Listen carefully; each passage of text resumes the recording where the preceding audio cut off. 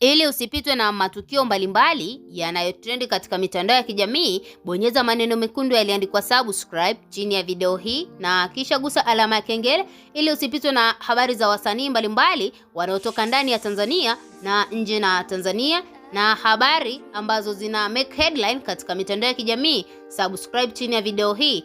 Na kama unavyoona katika skrini yako, leo tunakuletea habari ya mwanadada Zuchu ambayo imezua gumzo katika mitandao ya kijamii kufuatia tukio lake la huko nyuma kushare picha zake za ujauzito na hatimaye akaweza kupotea ghafla katika mitandao ya kijamii.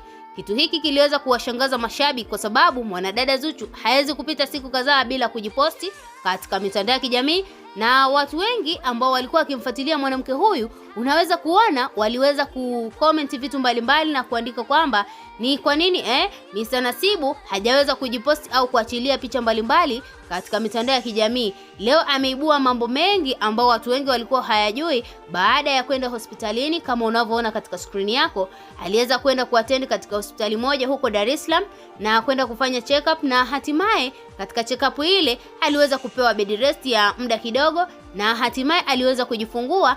Na kama unavyoona katika screen yako, unaona kwamba mwanadada Zuchu anajifungua, na kitu hiki kimeweza kuwafurahisha mashabiki baada ya kuachilia picha hizi ambazo unazoziona katika screen yako, na aliweza kuandika ujumbe mrefu ambao ujumbe huu umeweza kuwashangaza watu wengi kwa sababu walidhani kipindi kile alivyokuwa anaposti picha za ujauzito alikuwa anatania. Siku ya leo mwanadada Zuchu ameandika ujumbe mrefu baada ya kujifungua na kuandika kwamba wale wote ambao walikuwa wakiniombea dua njema niweze kujifungua salama, na nashukuru kwa maombi yenu kwa sababu mpaka sasa hivi ni kwa nguvu ya maombi yenu kwa sababu haikuwa rahisi.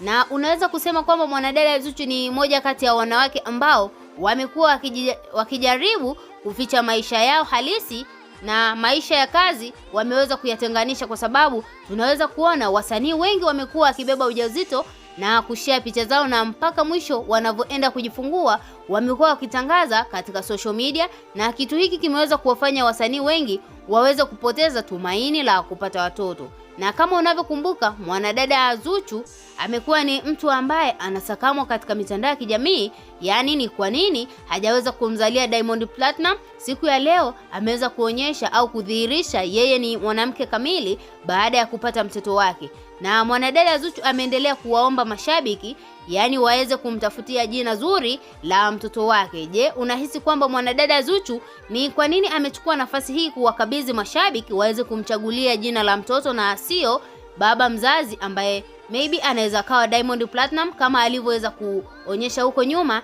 alikiri kwamba ujauzito huu ni wa Diamond Platinum? Tuachie maoni yako ndani ya comment section, na vile vile usisahau kusubscribe, kulike na turn on notification. Bye bye.